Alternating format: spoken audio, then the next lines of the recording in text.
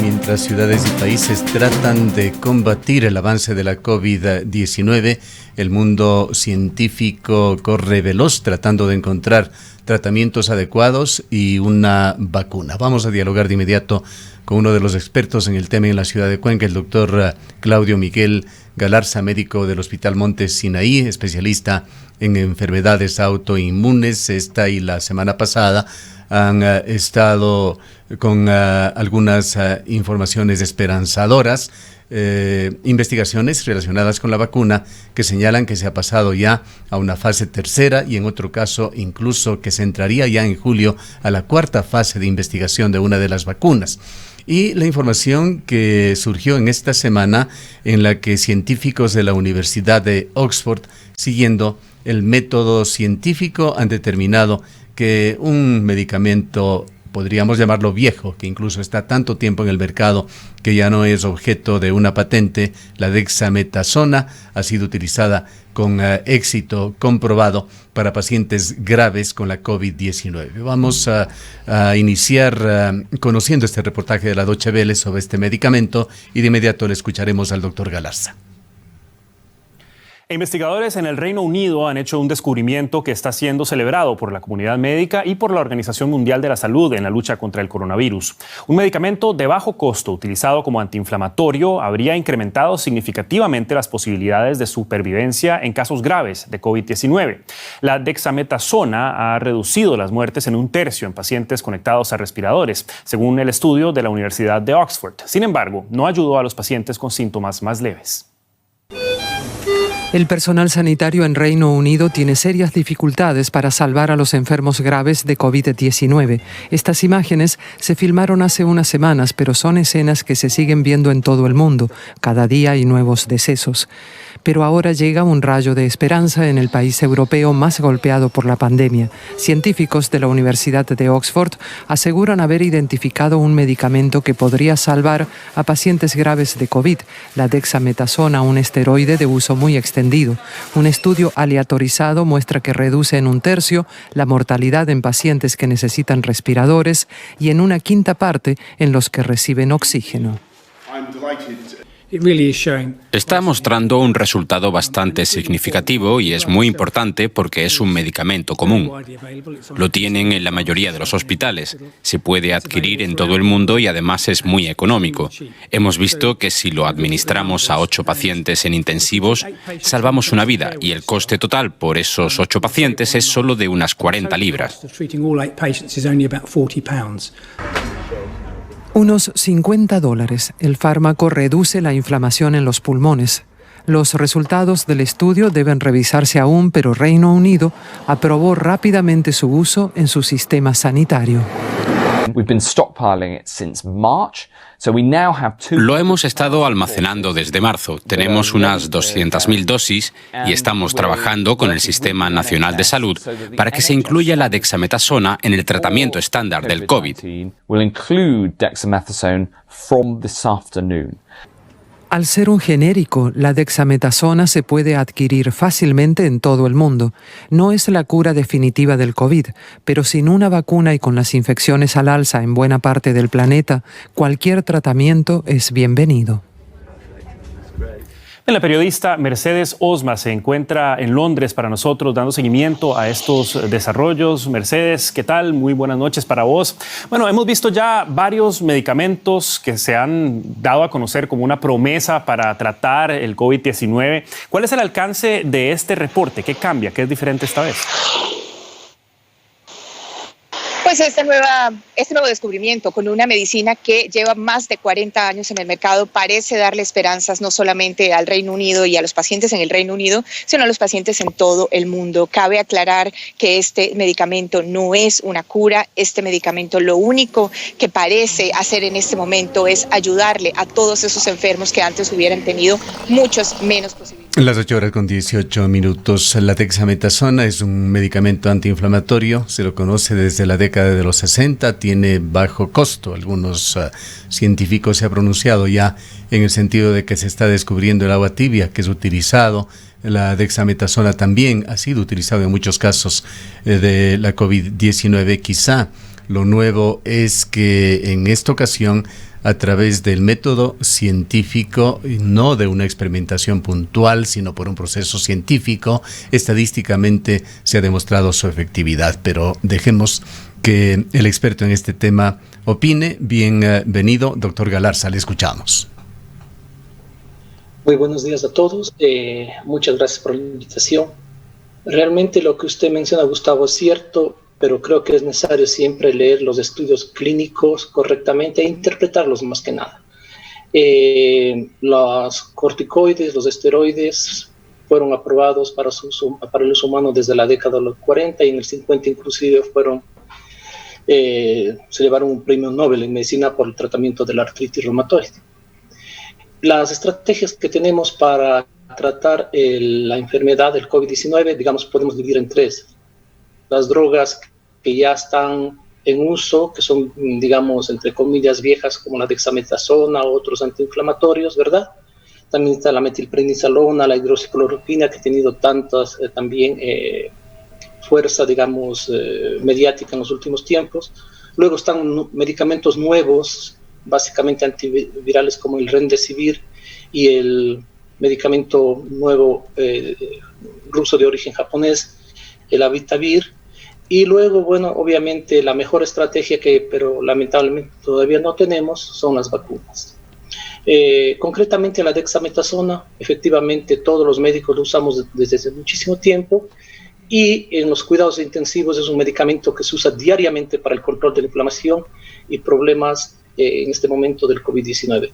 No es algo nuevo, sabíamos ya desde hace tiempos que era la terapia a usar, simplemente lo que están haciendo es avalando para que pueda ser usada en este caso en el sistema británico de salud, que necesita obviamente una aprobación para ser cubierta por los seguros. ¿Qué ha aportado la Universidad de Oxford, doctor Galarza, con esta investigación que además ha sido endosada por la Organización Mundial de la Salud? Dos cosas. Primeramente, la Universidad de Oxford lo que hace es, con el método científico, es probando la medicación con un protocolo, es demostrar lo que nosotros ya sabíamos, que un corticoide puede ser usado para el control de la hiperinflamación que se produce luego de la etapa viral del COVID-19. Es decir, simplemente lo están poniendo ya con letra fija en los protocolos de su país, pero la dexametasona, como le decía, ya está en los protocolos inclusive del Ecuador, en los protocolos de los hospitales públicos y privados, y lo utilizamos diariamente para el control de la inflamación. Es nada más un recordatorio de que sí, que lo podemos usar y que es segura y eficaz. Pero en realidad la estamos usando y con muy buen... Doctor Galarza, buenos días. Quizás vale la pena hacer también algunas explicaciones en torno al uso de este medicamento, sobre todo para evitar la automedicación y que las personas salgan, como ya ocurrió, por ejemplo, con la hidroxicloroquina, a adquirirlo de forma indiscriminada. Según hemos podido leer, este medicamento que se estaría ahora aprobando para el tratamiento de la COVID-19 se utiliza únicamente, o puede ser utilizado únicamente en pacientes que se encontrarían en condiciones graves, es decir, quienes tengan una sintomatología leve no deberían consumirlo, y debería además ser bajo una estricta prescripción y control médico. Sí, absolutamente de acuerdo. Es un medicamento que está determinado para el uso exclusivo de los pacientes hospitalizados y que necesitan un tratamiento urgente. No son para pacientes leves ni para prevención, y los efectos secundarios que pueden provocar los corticoides pueden superar los beneficios. Es decir, este medicamento puede ser usado para pacientes hospitalizados bajo criterio médico y cuando se lo necesite. Es extremadamente efectivo. Nosotros los reumatólogos lo utilizamos desde los años 40, como le digo, para el manejo de ciertas enfermedades, y una variante de los corticoides, como es la prednisona, la usamos para el control, por ejemplo, del lupus y la artritis reumatoide desde los años 40. O sea, sabemos manejarlo, pero debe ser exclusivo uso de los especialistas, y en este caso puntual de la dexametasona en COVID en pacientes hospitalizados. La ciudadanía no tiene que comprar, no tiene que utilizar, porque los efectos secundarios pueden ser bastante graves. Puede subirles la presión, puede cambiarles, por ejemplo, subirles el nivel de azúcar, causarles problemas más graves de los que ya tenemos. ¿Considera usted que este anuncio que se ha hecho, que no resulta realmente nuevo para muchos especialistas, vaya a contribuir a disminuir el número de fallecimientos, sobre todo de estos enfermos que ingresan a la etapa crítica por la COVID-19? De lo que yo conozco realmente de los protocolos que se utilizan en Europa, en Latinoamérica, en los Estados Unidos, la dexametasona y la metilprednisolona, que es otro corticoide, ha venido siendo usado desde el inicio de la pandemia en los pacientes hospitalizados. O sea, no es que desde ahora simplemente van a comenzar a usar la dexametasona, la metilprednisolona. Eso ya se ha usado desde el mismo inicio de la enfermedad y en todos los protocolos europeos, americanos, inclusive en los protocolos del Ministerio de Salud de nuestros hospitales aquí en Cuenca, consta la metilprednisolona y la dexametasona como terapia de rescate para estos pacientes. Es decir, para nosotros no es nuevo el uso, digamos, dentro de la pandemia y del COVID-19. El siguiente camino, obviamente, es la vacuna. Quizá, doctor Galarza, algo tan importante como esto, o quizá más importante, pues es la esperanza que tiene puesta el mundo, es el desarrollo de la vacuna. La semana anterior se dieron noticias de que por lo menos 2 estudios de vacunas estaban avanzados ya en la fase 3. Esto para información del público, el doctor Galarza lo conoce perfectamente. Las pruebas clínicas para las vacunas tienen 3 etapas. En una fase primera se involucra unas pocas decenas de voluntarios sanos, en la segunda se expande a varios cientos en un área de brote y en la tercera se repite el experimento con varios miles. La cuarta fase vendría ya con la aprobación de las autoridades en cada país, en el caso de los Estados Unidos en la FDA, y la adopción que puedan hacer ya organizaciones como la Organización Mundial de la Salud o la Organización Panamericana de la Salud. Se ha dicho que por lo menos 2 de estas investigaciones se encuentran ya en la fase 3. ¿Cuál es la realidad sobre esto? ¿Cuál es la esperanza que se tiene en el tema de la vacuna, doctor Galarza? Para entender cómo funciona, digamos, el proceso para que llegue la vacuna a la población, es interesante, como usted bien lo dice, saber 3 procesos. Primero, la creación de la vacuna, ¿verdad? El segundo, los estudios clínicos. Y el tercero, y tal vez el más importante, es la producción de la vacuna. La creación de la vacuna, tenemos varias clasificaciones, pero hay vacunas de primera generación donde simplemente una versión debilitada del virus se introduce en el organismo y se produce una reacción inmunológica a esa versión debilitada del virus. Por ejemplo, las vacunas para la polio, la rubiola, las paperas. Luego las de segunda generación, donde ya no se utiliza el virus debilitado, sino el antígeno, la parte del virus donde se une el sistema inmunitario, donde se une la vacuna o el anticuerpo para frenar la inflamación o la infección, dependiendo de la enfermedad. Por ejemplo, la segunda generación pueden ser las meningitis, la hepatitis B. Y las vacunas de tercera generación son donde simplemente se introduce el código genético, el ARN o el DNA, la información genética del virus para que nuestro propio organismo genere anticuerpos contra el virus, en este caso contra el COVID-19, y tener la inmunidad. En este momento tenemos la segunda etapa, son los estudios clínicos que usted mencionaba, que son de fase 1, 2 y 3. Existe una corporación que es apoyada por varios gobiernos, con el gobierno de Noruega y la India, con participación de la Fundación Gates, que formó un consorcio que se llama CEPI para lograr fondos para la producción de las vacunas. En este momento hay más de 100 en esta carrera, digamos, pero 3 están en la fase final. Una es una vacuna de una empresa farmacéutica Moderna, se llama, de Estados Unidos, que ya está terminando la fase 2 y están intentando ya entrar en la fase 3, o sea, ya tienen más pacientes. Lo que ellos han hecho es combinar las 2 fases en una sola, y probablemente ya en el verano europeo, comiencen los estudios de fase 3. Tenemos la vacuna también de segunda generación de CanSino de China, y la tercera que está en la recta final, digamos, lo podemos llamar así, de esta carrera de vacunas apoyadas por este consorcio internacional, es la vacuna de la Universidad de Oxford, que ya tenían ellas experiencia previa con el MERS, con una enfermedad que tuvimos, una epidemia que tuvimos en el 2002, y ellos pudieron avanzar, traducir esa experiencia que ellos tenían en la Universidad de Oxford en esa vacuna del 2001 y transmitirla rápidamente ya a un estudio fase 1 y fase 2 también para los estudios clínicos. Ellos proponen comenzar la fase 3 en julio, el próximo mes, y probablemente para finales de otoño o noviembre ellos puedan llegar a la producción en masa de la vacuna, es la Universidad de Oxford. Esto es muy importante también entender de que una vez que tengan creadas las vacunas y tengan los tres, digamos, finalistas, las fase 3, viene la etapa tal vez más complicada, la producción. Necesitamos millones de vacunas y dependiendo muchas veces del país donde se vayan a producir, existe lo que se llama la nacionalización o el nacionalismo de las vacunas.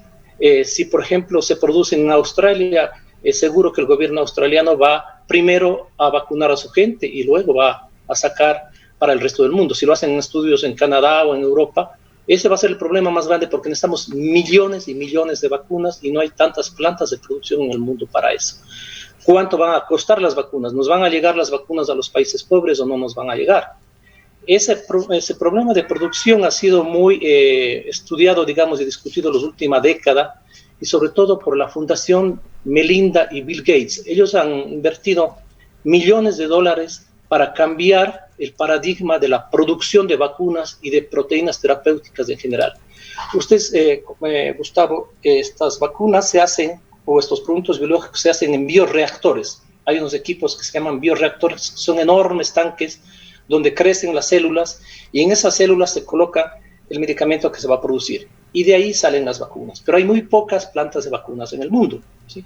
Entonces, lo que hizo hace 10 años la Fundación Gates es donar dinero a diferentes empresas farmacéuticas o compañías privadas o universidades para que desarrollen una nueva forma de producción. Y ahora existen mini reactores, mini bioreactores. En lugar de ser de una capacidad de 200, 300 mil litros, ahora existen bioreactores para 2.000 litros. Y la idea es descentralizar la producción mundial de vacunas y poner bioreactores pequeños, plantas pequeñas, por ejemplo, para un país de 10, 20 millones de personas, y así poder lograr una producción local de vacunas. Justamente esta corporación internacional que está apoyando las vacunas para el COVID tienen esta estrategia. Y ahí le voy a contar una, bueno, no es novedad, pero de pronto es una muy buena noticia. Desde hace 4 años la Universidad de Cuenca ha venido conversando con científicos de los Países Bajos y la idea es que este año, el próximo, se pueda instalar un bioreactor para la Universidad de Cuenca para la producción de vacunas y de proteínas terapéuticas. Ustedes recordarán que el edificio de la Huayna Capa del IES fue comprado por la Universidad de Cuenca para la construcción de un centro de investigación, un centro de salud e innovación. Dentro de ese proyecto grande hay un proyecto pequeño que se llama Unidad de Diseño de Proteínas Terapéuticas. Hace unos meses se hizo una convocatoria para enviar ecuatorianos, cuencanos, biotecnólogos durante 1 año y medio a Bélgica a aprender a manejar el bioreactor y con ese conocimiento poder luego regresar e instalar un bioreactor en ese centro de investigación. Afortunadamente se ha contado con el apoyo de la Cancillería y en estas últimas semanas existe, gracias a la gestión de la universidad, del rector, una donación, fondos no reembolsables para la adquisición y la formación de la gente en la producción de proteínas terapéuticas. Eso incluye vacunas y eso puede ser una solución. Digamos, fue una coincidencia, pues que hace 4 años no sabíamos que iba a existir el COVID y se pensaba ya en el futuro, pero creo que esa es una opción muy buena. La gente que ha estado a cargo de parte de la universidad, yo soy docente ad honorem de la universidad, pero el doctor Vega, el decano de la Facultad de Medicina, el doctor Fabián León de Química y varias decenas más de personas que han trabajado de la universidad con los científicos europeos, creo que ellos le pueden dar más explicación sobre ese proyecto. En lo que tiene que ver de las vacunas que están en disposición ahora, es lo que le decía, hay 3, la vacuna de tercera generación de Moderna, la vacuna de segunda generación de CanSino de China y, bueno, de la Universidad de Oxford. Con todos estos insumos, doctor Galarza, como profesional, además que hace todo el esfuerzo por mantenerse al día en lo que está sucediendo, ¿qué grado de optimismo guarda usted en que el mundo, en que Ecuador logren vencer en tiempos razonables a la COVID-19? En general, bueno, la situación es diferente en cada ciudad del país, ¿verdad? No tenemos tanta la información local nuestra, sabemos que los hospitales están llenos y que han habilitado más camas de cuidados intensivos, pero mi preocupación siempre ha sido no solamente los pacientes que están hospitalizados en las instituciones aquí en Cuenca, sino los pacientes que no están tan graves o están asintomáticos y que son muy contagiosos. He tenido por experiencia propia la oportunidad de hacer un testeo de 100 personas que estuvieron en contacto con pacientes COVID positivos con síntomas, y de los 100 pacientes asintomáticos, 32 fueron positivos, tenían los anticuerpos, es decir, pasaron o estaban pasando la enfermedad y ni siquiera se habían dado cuenta. Eran 100 personas. En las últimas 2 semanas hemos ido viendo cada vez más pacientes asintomáticos que están pasando o ya han pasado la enfermedad gracias a la aplicación de las pruebas rápidas cuantitativas que determinan los anticuerpos que se producen luego de unos días, de 10, 12 días que la enfermedad ha empezado. ¿Sugiere usted, perdone la interrupción, doctor Galarza, sugiere usted a cualquier ciudadano, si es que tiene la posibilidad económica, de que realmente no es tanto lo que están costando pruebas rápidas, algunas de ellas que vienen, sí, con garantías, de que decida hacerse una prueba simplemente para saber cuál es su estado de situación? Esas pruebas están, digamos, diseñadas para dividir ciertos grupos poblacionales en grupos de riesgo y tomar estrategias. Por ejemplo, si tiene usted una fábrica y necesita usted saber si sus obreros pueden regresar a trabajar, les hace las pruebas. Si salen los anticuerpos positivos que indican que usted ya pasó la enfermedad, pues lógicamente ya no tiene problema y esa persona puede ir y regresar al trabajo y es asintomática. Las personas que todavía no tienen anticuerpos están todavía con peligro de poder enfermarse, pero en general, para la población general, si es por curiosidad o por deseo, que es comprensible obviamente, o si estuvo en contacto con alguien, o puede hacerse lógicamente. Lo importante es que sean pruebas cuantitativas, no las pruebas rápidas que salen más o menos, si tienes o no tienes, sino que salga la cantidad de anticuerpo que tú produces. Es importante porque el anticuerpo que se llama IgM, al parecer aparece unos días antes del otro anticuerpo que posiblemente produce inmunidad, que se llama IgG. Si una persona tiene altos índices del anticuerpo IgG, es posible que ya está inmunizado, no es contagioso, y esta persona puede ya estar más tranquila. Y yo me hice la prueba porque he estado en contacto con pacientes y salí negativo. Yo quería ser positivo para ya poder estar tranquilo, pero bueno, es lo que hay.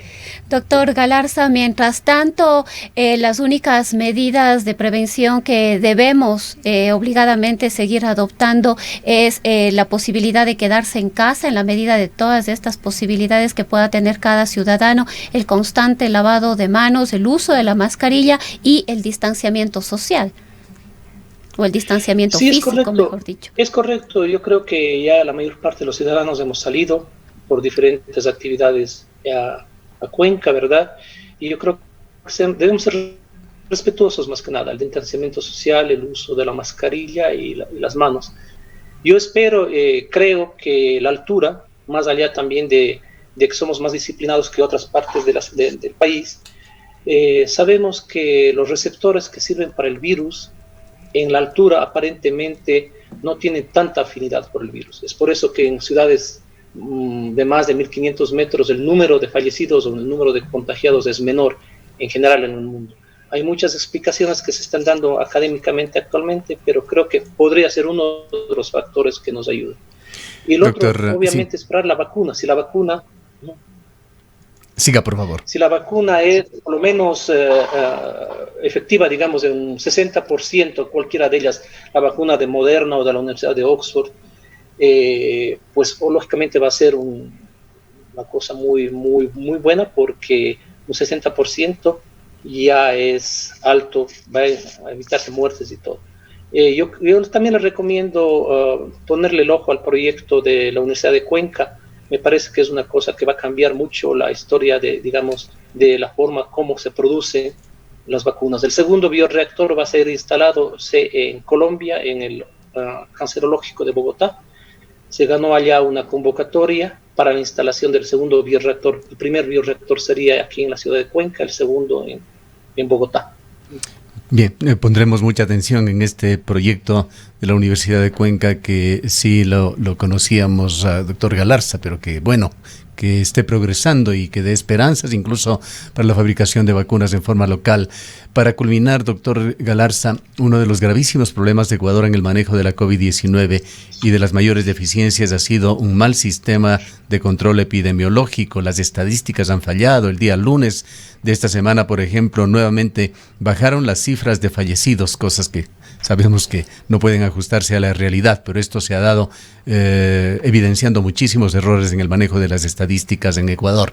Hay muchas estadísticas que, ingresando a medios de comunicación que tienen muy buenos servicios en cuanto a la información de la COVID-19, y también a medios especializados y a científicos, podemos ver complejas curvas estadísticas, escalas semilogarítmicas, factor R, etcétera.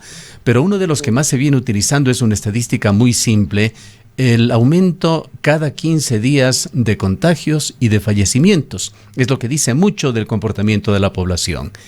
¿Qué le dice a usted estas cifras que semana a semana se vienen publicando para la ciudad de Cuenca, para la provincia de La Suay y la zona 6 en cuanto al avance de la COVID-19? Sí, las cifras realmente, yo me he basado para tener una idea y hacer una idea personal de lo que puede estar pasando, es obviamente por la cantidad de fallecidos, como pasó en Guayaquil, ¿no? En Guayaquil nos decían unas cifras, pero obviamente la cantidad de fallecidos en los meses iguales de este año y el año pasado nos hizo sospechar de que había más de 15.000 muertos en Guayaquil. Yo creo personalmente que aquí tampoco tenemos datos por diferentes razones, y sobre todo la principal razón es porque no tenemos en el país un sistema nacional de salud muy organizado. Creo que una de las soluciones para Cuenca, nosotros no le hemos dado tanta importancia a los cuencanos, a un consejo que se llama el Consejo Cantonal de Salud. Si usted, Gustavo, revisa la ordenanza que fue hecha en el 2002 sobre la creación del Consejo Cantonal de Salud, le da amplias capacidades a este consejo. Sabemos que el Ministerio de Salud Pública es el órgano rector de la política, pero el Consejo Cantonal de Salud puede ser por ley el que planifica la ciudad, planifica la salud en nuestra ciudad. Puede llegar a ser un ente muy poderoso, puede ser un ente que nos permita descentralizar, y obviamente el director o el ejecutivo de este Consejo de Salud es el alcalde.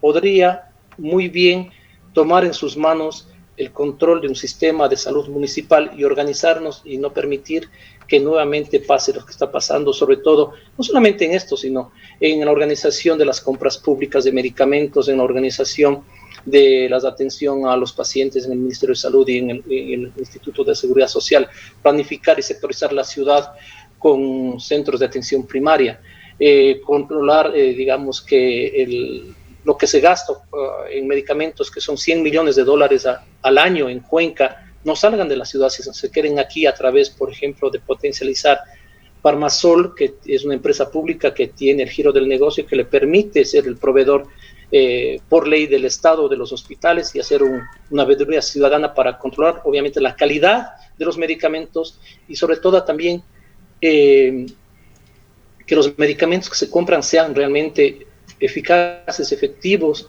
y no sigamos en esta trama de las subastas inversas corporativas. Ahora van a centralizar la compra de medicamentos a Quito, lo cual yo creo que va a hacer pasar lo mismo que pasó ya en el 2011 o 2012, donde hubo pactos colusorios en la compra de medicamentos, que todos sabemos que eso obviamente no funciona. Parece que más allá de lo legal, de las restricciones de carácter legal, de incluso de las investigaciones, la situación en Ecuador va mucho más allá y tiene que reestructurarse realmente una escala de valores, pero eso es tema para otra larga conversación, para la cual el día de hoy no tenemos lamentablemente el tiempo. Le agradecemos mucho, doctor Galarza, le dejamos quizá con una recomendación final para el público que nos escucha. La recomendación final sería de que hemos sido bastante disciplinados hasta la fecha, que tengamos confianza en que vamos a salir de esta situación. Afortunadamente los medicamentos que existen para controlar los síntomas del COVID son accesibles, son baratos y hay en el sistema de salud. Esperemos que no rebase ni colapse el sistema estas 2 próximas semanas. Y bueno, un saludo a todos. Muchísimas gracias, Gustavo, por la invitación. Siempre dispuesto a cualquier inquietud. Gracias al doctor Claudio Miguel Galarza. Él es médico del Hospital Monte Sinaí, especialista en enfermedades autoinmunes.